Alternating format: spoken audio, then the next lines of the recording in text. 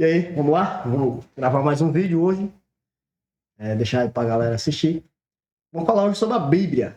Não vamos falar sobre a sua formação no ano. Que ano, não é? Que ano foi que formaram mesmo a Bíblia? Cano Sagrado? Vocês lembram?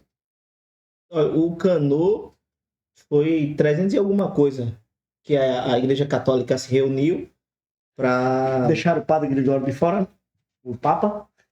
Mas não vamos falar sobre a canonização da Bíblia. Vamos falar sobre o conteúdo da Bíblia. Porque é o seguinte, cara. A gente vai passando os tempos e a gente vai observando que as pessoas começam a espiritualizar demais a Bíblia e esquece a parte política, geopolítica da Bíblia. Vamos hoje ver o que a gente pode passar para o povo aí, para ele, quem sabe, depois estão procurando aí na internet alguma coisa e de repente se depara com um vídeo desse aí e vai clarear a mente dele. Então quer dizer que a Bíblia tem outros aspectos fora o próprio religioso e o transcendental? Porque, pelo modo de ver, as igrejas pegou só a parte espiritual, né? Espiritualiza tudo. Tudo que se acontecer, que tiver escrito na Bíblia, eles pegam espiritual. Então, quando na verdade tem a parte política. Então, assim, tem a parte política, como também para negociantes, tem parte claro, para negociantes, para mercado, empreendedorismo. Tudo que você imaginar está na Bíblia. Tudo. A sabedoria, Salomão escreveu sobre as plantas, tudo, observou trabalhar da formiga, e aí faz uma aplicação, né? Vai ter com uma formiga, o preguiçoso, porque trabalha o verão todinho. Então não existe essas coisas, mas as pessoas espiritualizam tudo. E é tão tal que ele está falando literalmente, por exemplo, já vamos, né, dando continuidade a isso aí. A questão da formiga mesmo, uma coisa que eu observo. Ele está falando literalmente do trabalho. Isso. Sim. Mas o que é que as pessoas fazem na igreja? Pega e bota um trabalho espiritual, ou seja, para você servir a igreja, servir ao ministério. Enquanto você tem tempo, ou seja, o verão que o Salomão está citando lá, ele tem como se fosse o período de tempo que você tem, que está com saúde, que está com oportunidade de fazer aquele trabalho. Que e é o inverno, um vigor físico, né? E o inverno são as dificuldades, a adversidade quando chega na sua vida, você não pode, então você trabalha. Quer dizer, espiritualiza tudo de uma forma, cara, que perde o conceito da Bíblia. E qual seria o problema principal ou uma das raízes para, no nosso meio, sempre acontecer isso? Qual seria o problema principal para isso acontecer? Em termos bíblicos judaicos, por exemplo, já que isso tem uma origem judaica, então, assim, tem toda uma contextualização oriental. Por exemplo, toda essa produção que a gente tem bíblica, toda a produção na sua totalidade, o que acontece? Como literatura, a princípio, hebraica e depois grega cristã, os estudos hebraicos eles faziam não só questão de divisões, mas os aspectos com que eles tratavam. Se a gente for pegar um ponto, por exemplo, referente no Novo Testamento, da palavra talento. Talento. Existe uma contextualização, uma explicação da palavra talento, sendo que, por exemplo, a parábola, a linguagem bastante figurada, que no contexto é mais comum as pessoas pegarem a palavra talento e associar ao reino ou alguém que tem alguma atividade dentro de uma instituição. E, na verdade, aquilo ali foge desses limites institucionais. Então, assim, digamos um entendimento de quebrar esse tipo de fronteira, romper esse entendimento de fronteiriço que criaram com interpretações muito religiosas. O que acontece? O talento da parábola que Jesus fala, ele é explicitamente voltado a dinheiro. Não é nem sequer o talento relacionado às faculdades desempenhadas ou habilidade que compete a alguém, seja da sua forma de nascimento ou se não desenvolvida. Por exemplo, tem pessoas que têm um talento de um aprendizado de línguas, conseguem ter uma aptidão de um aprendizado de línguas. Então o cara tem um talento nato. Às vezes você tem um talento de saber ter uma oratória, um discurso, isso só desenvolve. Então, às vezes musical, às vezes de criatividade. O indivíduo consegue criar vários tipos de objetos, é uma coisa assim que nasce originalmente nele. Ou de ter uma capacidade genial de ser um grande matemático. Então, assim, o Gênio Indomável, que é inclusive um dos filmes famosíssimos. Então, assim, quando você parte para a palavra em si, o conceito etimológico, talento ali no contexto é dinheiro.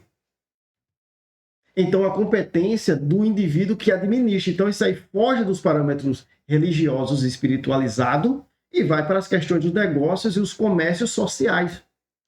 Então, assim, tudo que você vê ali é, na verdade, um realce de Jesus em relação à competência, o trabalho e a maneira multiplicativa que o indivíduo vai ter em relação ao tratamento dos negócios e, especificamente, do dinheiro em sua multiplicação. Então, digamos, é um ponto de vista privado? Sim. É um ponto de vista econômico? Sim. E na característica antimarxista, porque ela é multiplicativa e não distributiva. Ela não está na natureza da redistribuição. Ela está na competência do indivíduo pegar um valor específico dado por alguém e multiplicá-lo. A palavra também que foi dada... Essa parte aí é o empreendedorismo, né? Claro. Sim, vai empreender para tentar. Agora, no modelo capitalista liberal, tá entendendo? Isso já está implícito, ou seja, a ciência liberal que foi desenvolvida, ela já estava implícita até no pensamento micro ou pequeníssimo de uma parábola. E aí, é justamente o caso da gravação do vídeo. Espiritualizou a função do empreendedorismo, do cara granjear, e trouxe para o lado espiritual porque traz algum benefício para ele. Evidente. Essa aplicação de espiritualizar tudo, com certeza, traz um benefício para eles que são os líderes. Com certeza. Sim. Exato. Porque aí eu vou ficar comovido com aquele que eu tenho aquele talento, aquele dom, quando na verdade o cara não tem talento nenhum. Não tem dom nenhum. Mas ali ele se convence de que tem aquele dom e fica ali trabalhando ali, esperando no futuro ser alguma coisa naquela instituição. Porque na verdade ele não está trabalhando. Tem gente que na verdade trabalha ali porque ele tem amor às pessoas. Eles querem conquistar a pessoa. É aquele que granjeou o episcopado, né? Exatamente. Eles querem. Tem gente que está trabalhando ali, dedica a sua vida, seu tempo, às vezes nem o pouco tempo que tem, com o objetivo de que alguém também, que muitas das vezes vivia na mesma situação que ele, porque queira que não queira, a instituição a igreja, ela tem um trabalho fundamental que é transformar a vida do ser humano. Só que Jesus liberta e os homens se apoderam daquelas pessoas ali e vai prisioneiro deles.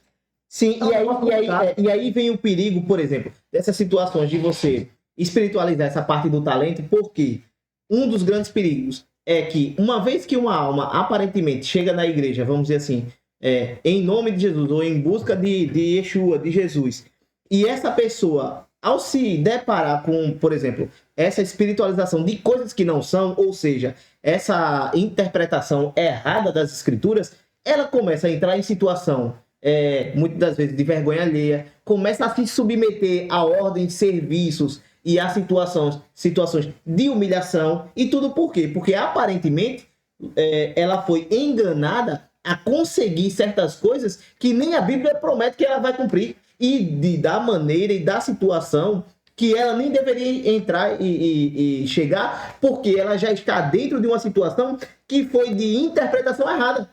Então, assim, um dos perigos também disso é a própria pessoa, uma vez que aparentemente deveria estar liberto e com um espírito livre, ela começa a se escravizar por outras pessoas, entrando em situação até de humilhação, por causa de falsas interpretações. Às vezes não é nem interpretação de quem fez uma interpretação e aplicou para aquela pessoa. Às vezes é intencional.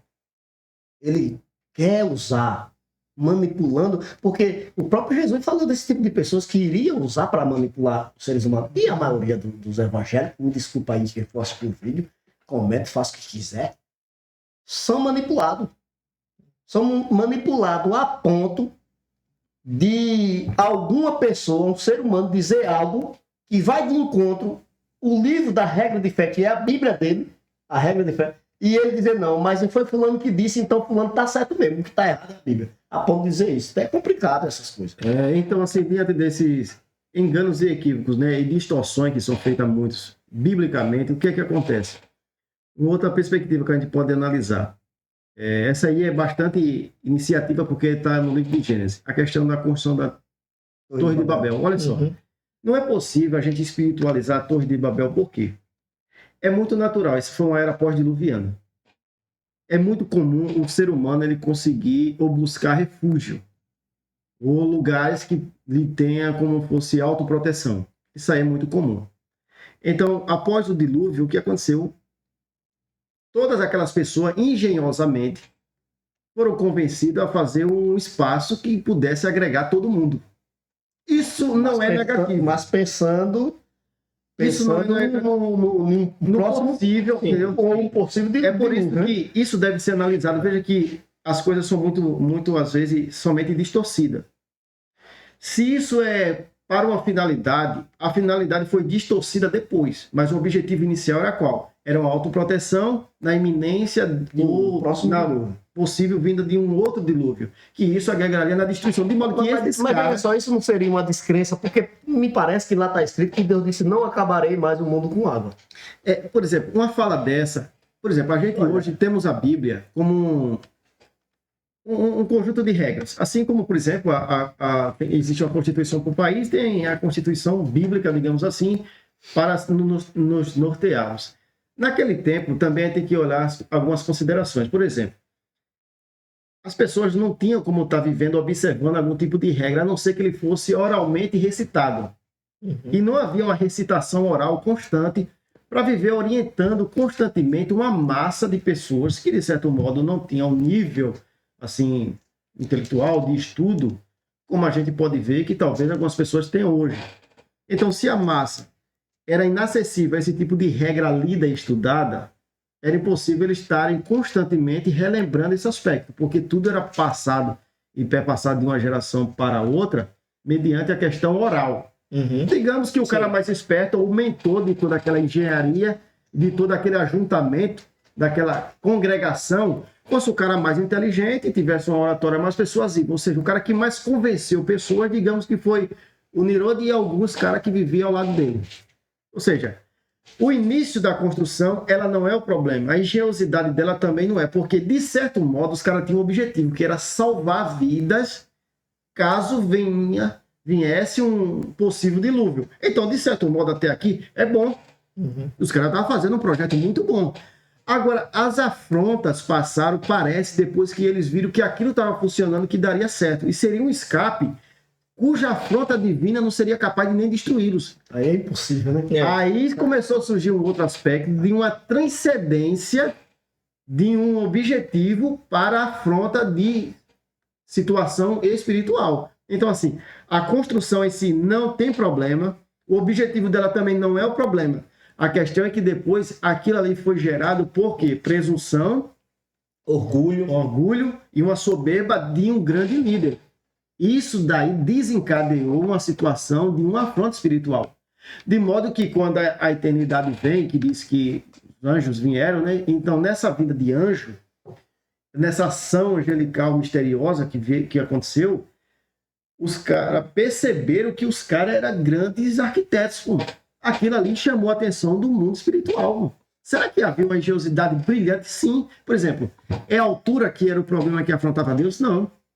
Era o objetivo, de certo modo, também nem 100%. Por exemplo, a Torre Gêmea. Aquilo nunca foi uma afronta para o Senhor? Não. Quem destruiu ela foi um ataque da Al-Qaeda. Ou seja, nunca foi uma afronta construir duas torres. Arranha-céu, de modo que, conceituadamente, os grandes prédios americanos e no resto do mundo é chamado de arranha-céu. E Deus nunca se sentiu afrontado por esse conceito. Justamente, é por isso que a gente não pode espiritualizar tudo. Essa questão é um fato que ocorreu e a gente não pode espiritualizar. Mas eu vi uma época, para você ver como os crentes agem, a forma que eles interpretam a Bíblia. Você falando da torre, eu me lembrei, no livro de Daniel, capítulo 8, fala sobre um bode e fala sobre um carneiro. O carneiro, quem lê já está dizendo, a interpretação depois é dada a Daniel, ele mesmo não revela quem é o carneiro. O carneiro é o rei, o império, não é o rei em si, é o império do Medos e Persas. E diz que o carneiro tem dois chifres. Um chifre subiu por último, que é o Sírio. Subiu por último, outro é Dario. E aí o bode peludo, que era o da Grécia, veio voando, ele não tocava no chão, o Daniel na visão dizendo, né? Aí os crentes da época, quando derrubaram a torre dos Estados Unidos, aí disseram que os dois chifres era a torre de Israel. Para você ver como é as coisas. Disseram que era a torre de Israel. E a última torre subiu, construíram ela por último, porque aquele troço foi construído tudo de uma vez só. Aí por último, veja só. E o bode que veio voando, tá lá escrito voando mesmo na Bíblia. É porque Isso. é uma expressão de linguagem. A rapidez que ele vinha. É a tomando. velocidade da expansão do império. Isso, aí eles entenderam que era um avião o qual atingiu a torre da rua. Você vê, espiritualizando as coisas. E assim, na verdade, não faz sentido. talvez também um desses problemas da espiritualização geral e de uma má interpretação seja justamente pela falta de compreensão e a falta de capacidade de interpretação. Vamos ver, por exemplo, como é a nossa sociedade e o modo de leitura da nossa sociedade. Aí eu pergunto aos senhores que são professores, tem como, numa sociedade que o nível de leitura não é tão alto assim, é baixíssimo, inclusive no PISA e nos exames que se tem, sempre tiramos os últimos. Tem como numa sociedade assim, em meio a um povo assim, ter grandes e boas interpretações por exemplo, de um livro que é moldado numa cultura oriental que inclusive não é a nossa? Claro que a influência disso é muito grande. Por exemplo, então antes de dar continuidade à questão da questão brasileira cultural, esse baixo índice, a gente voltando lá à Torre de Babel, o que acontece? A Torre de Babel era como se fosse a ideia de um bunker. A ideia de um bunker. Sim. A questão é que ele é submerso. Sim. A Torre de Babel era na superfície. Então, os dois têm como objetivo autoproteção. Uhum. Porque uma catástrofe natural, fenômeno da natureza, como aconteceu na era pós-diluviana, mesmo sabendo que foi um dilúvio, né, não sabe se é exatamente global, regional, no entanto, devastou a Terra. Então, um possível também devastaria. Então, o medo dos caras é exatamente uma destruição genérica. Assim como a ideia de um bunker, de uma autoproteção, apesar de a gente saber que os propósitos são devastados por uma guerra militar e uma guerra bélica, então, em si, o edifício, independente dele submerso ou construído na superfície, ele tem como objeto a proteção em si mesmo. Agora, as intenções que vai surgir dos construtores... Deixa eu abrir um parênteses aí. Tá falando um negócio aqui, tá vendo na minha mente aqui, justamente uma passagem bíblica que diz que os homens se esconderão nas cavernas. E a gente sabe que não existe caverna. Claro que não. Nessa expansão de esconder essas pessoas todas. Só que, por exemplo, Noruega. Na Noruega já tem um bunker que eles estão acumulando semente. Meu irmão viu a reportagem na Rede Globo. Cabe ali milhares de pessoas. Então não só tem um. Tem em vários lugares do mundo. Inclusive, existe uma denúncia que até no Brasil tem bunker também. Então, nos Estados Unidos declaradamente tem. Então, nessa parte, quando a Bíblia diz que eles se esconderão nas cavernas, pode-se entender que seja justamente esse bunker, porque, pela lógica, não é caverna, não é caverna. Outra coisa, o que acontece? Voltando à questão da espiritualização de tudo. Veja só, a Bíblia é um livro oriental.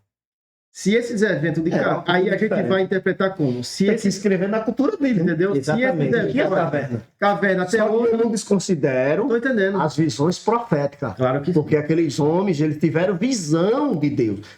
Isso não quer dizer que hoje as pessoas não têm a visão de Deus, porque não há necessidade de se inscrever, mas porque a história se repete. O que acontece hoje inclusive na própria Bíblia já diz que o que aconteceu no passado é o que acontece agora que vai acontecer no futuro. Sim, então a história fica se repetindo. E não há novidade. Então não havia necessidade de estar escrevendo. Não há novidade bastante. Não havia necessidade de estar se escrevendo as visões de hoje. Então a gente também tem é menos. Hoje os homens sabem que está mais. A gente ainda pode fazer uma outra separação em relação à questão das cavernas. Por exemplo, se é oriental o livro e o autor, na verdade, ele compreende isso dentro do Oriente.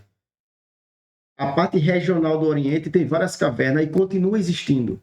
É por isso que, será que é uma profecia temporal ou atemporal? Será que ela é no limite do Oriente Médio ou transcende? Se transcende, tem sentido do mesmo jeito. É um sentido expansivo. Qual o sentido?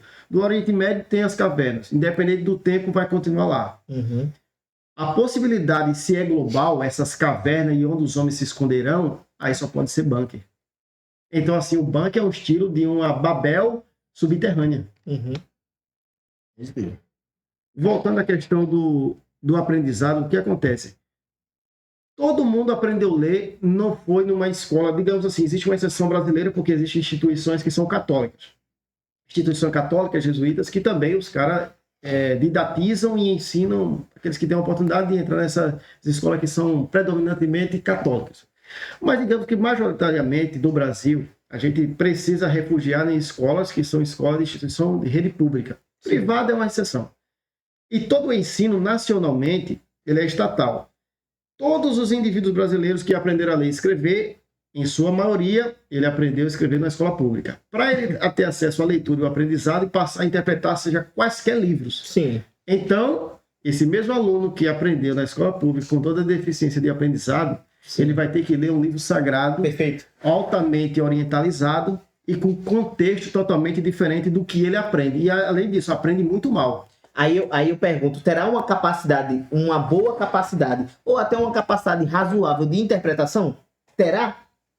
Sem falar das sombras, símbolos que existem nela. Perfeito. E tudo, é simbólico. pois é, e tudo que é A religioso, figura de linguagem. Porque uma coisa é você aprender na escola, aprender a escrever e ler. Isso. Ler e escrever. Outra coisa é você aprender a interpretar alguma coisa. sim, e tudo que é religioso, Exatamente. em Esse é o primeira, desafio. Agora, simbólico. Já, É simbólico. já interpretar por símbolos. Então, já interpretar coisas, os livros, literalmente daqui da nossa escola, dos escritores populares, já existe uma dificuldade que isso é discutido nas faculdades, porque tem a quantidade de voto, Interno, né? Sim, a veja quantidade só. de voto que vai dar, que vai atestar como aquela ali é a interpretação correta.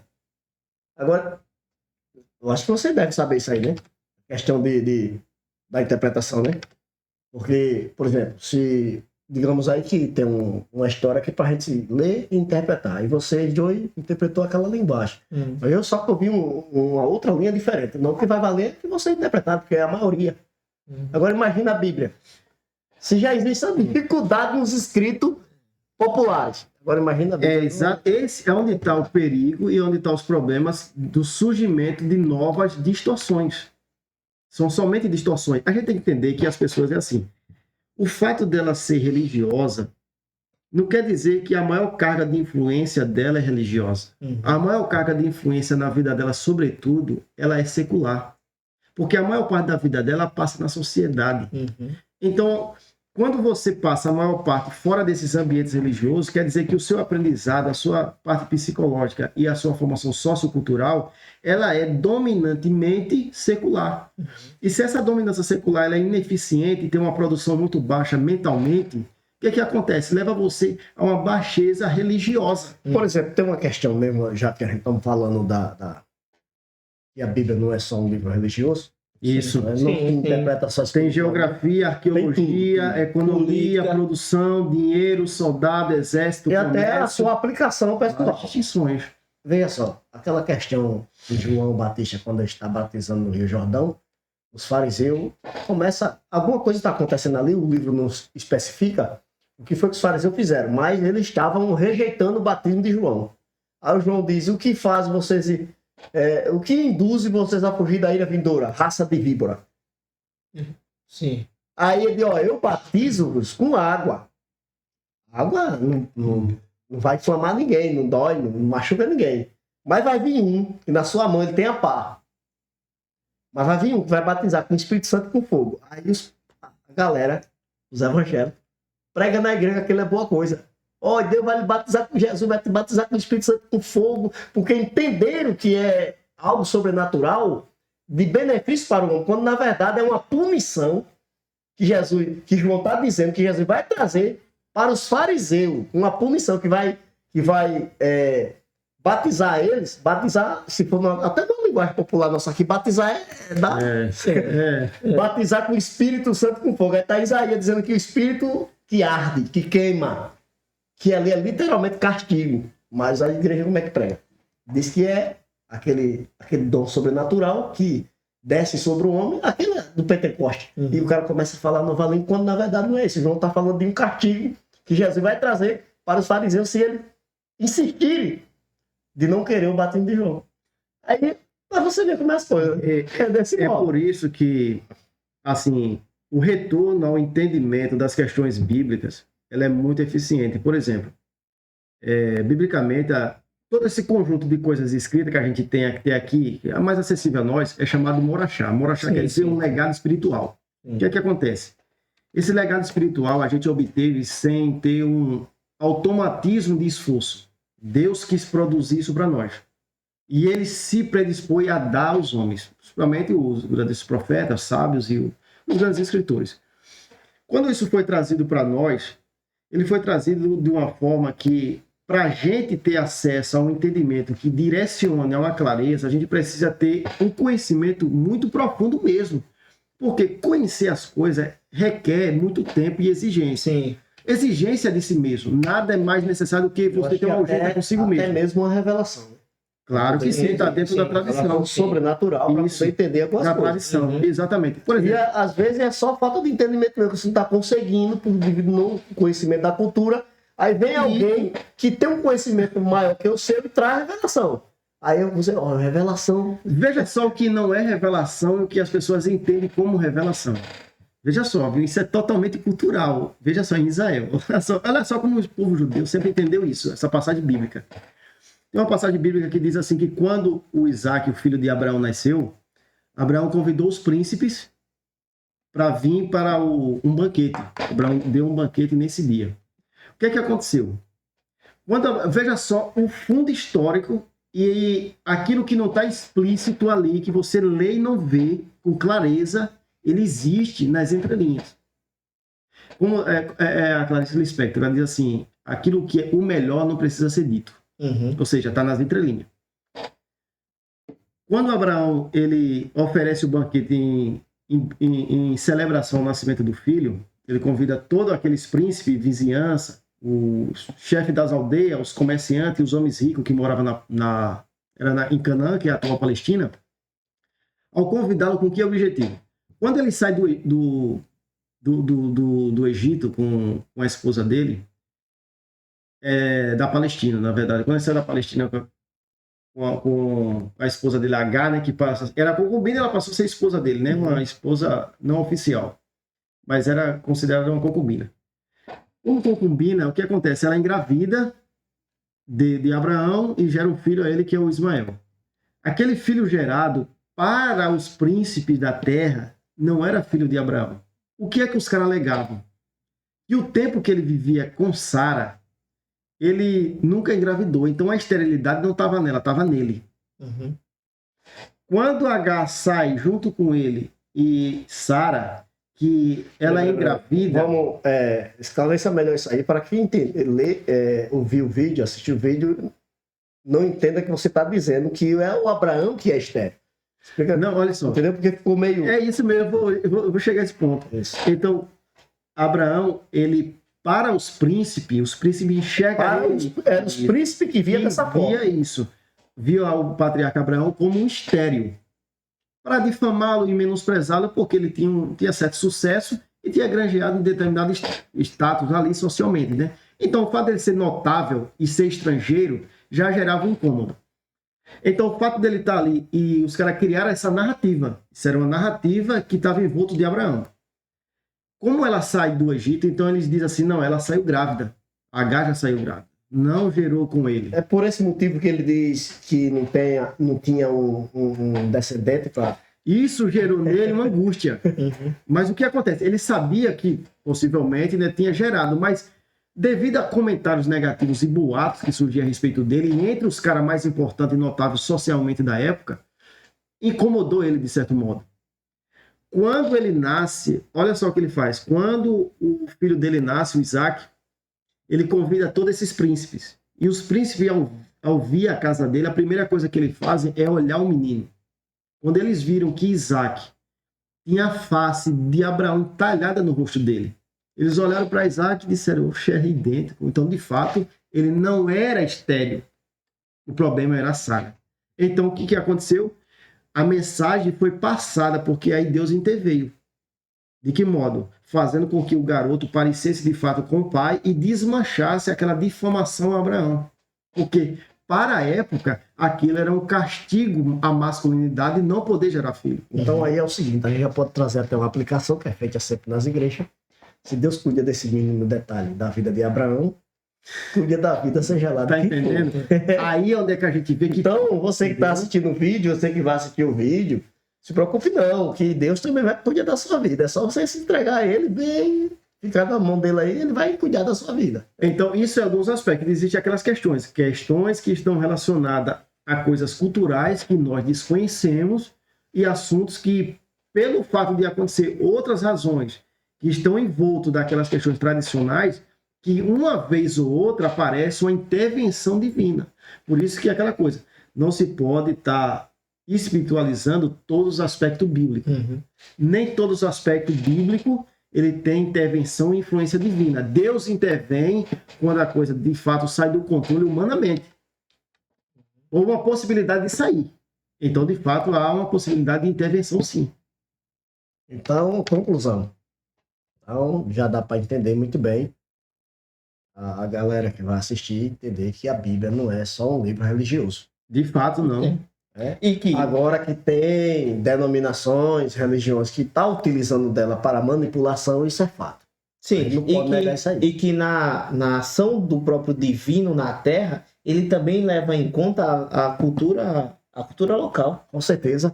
Inclusive na África, quando um pastor missionário daqui foi para a África, lá os caras tinham 7 mulheres, vestia roupa feminina. Ele ia desmanchar isso? Não, de maneira nenhuma. Ele apenas aplicou o ensinamento da Bíblia, trazendo uma nova cultura, que a gente já sabe que ela é de lá. Né? E eles continuaram, aceitaram lá e continuaram vestido de roupa de mulher, porque também a escassez também né, já fazia isso. E 5, 6, 7 mulheres. Entendeu? Inclusive, em determinados lugares, a pessoa só é aceita mediante isso. A gente aqui nós moramos no Brasil e o Brasil só é uma, viu? Só é uma. Monogamia. É uma. E Paulo disse, presbítero, vai exercer O presbitério, episcopado. episcopado, ele precisa ser só marido de uma mulher. Deixou bem claro. Beleza? Monogamia. Então, daqui a pouquinho a gente voltamos aí. Quem sabe gravaremos outro vídeo.